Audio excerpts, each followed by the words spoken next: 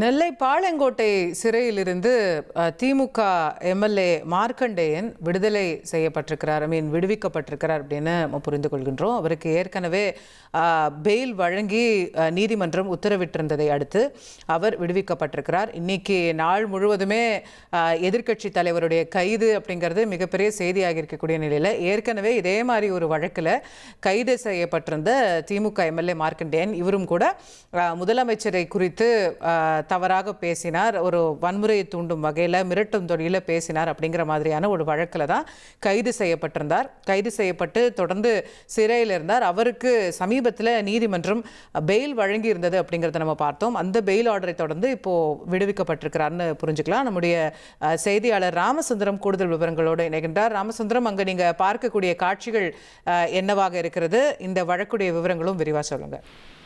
பாளையங்கோட்டை மத்திய சிறையில தமிழக முதலமைச்சர் குறித்து அவதூறாகவும் மிரட்டும் தோணியிலும் பேசியதாக தூத்துக்குடி மாவட்ட போலீசாரால் கைது செய்யப்பட்டு அடைக்கப்பட்டிருந்த விளாத்திக்குளம் சட்டமன்ற உறுப்பினர் மார்க்கண்டேயன் தற்போது ஜாமீனில் விடுவிக்கப்பட்டிருக்கிறார்.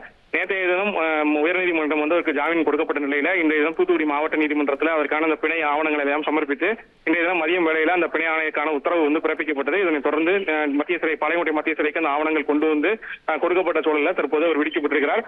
கடந்த ஜூன் 20ஆம் தேதி கைது செய்யப்பட்டு சிறையில் அடைக்கப்பட்ட நிலையில தற்போது 14 நாட்கள் நீதிமன்ற காவல் நிறைவு பெற்று தற்போது அவர் ஜாமீனில் விடுவிக்கப்பட்ட சூழலில் அவருடைய தொண்டர்களும் அதே போல விளாத்திக்குளம் சட்டப்பேரவை தொகுதியுடைய சேர்ந்த திமுக நிர்வாகிகள், பொதுமக்கள் என பலரும் பாளையங்கோட்டை மத்திய சிறையில் காலை முதலே காத்திருந்தார்கள். காலை 10 மணி முதலே இந்த பகுதி முழுவதுமே ஒரு பரபரப்பாக காணப்பட்டது.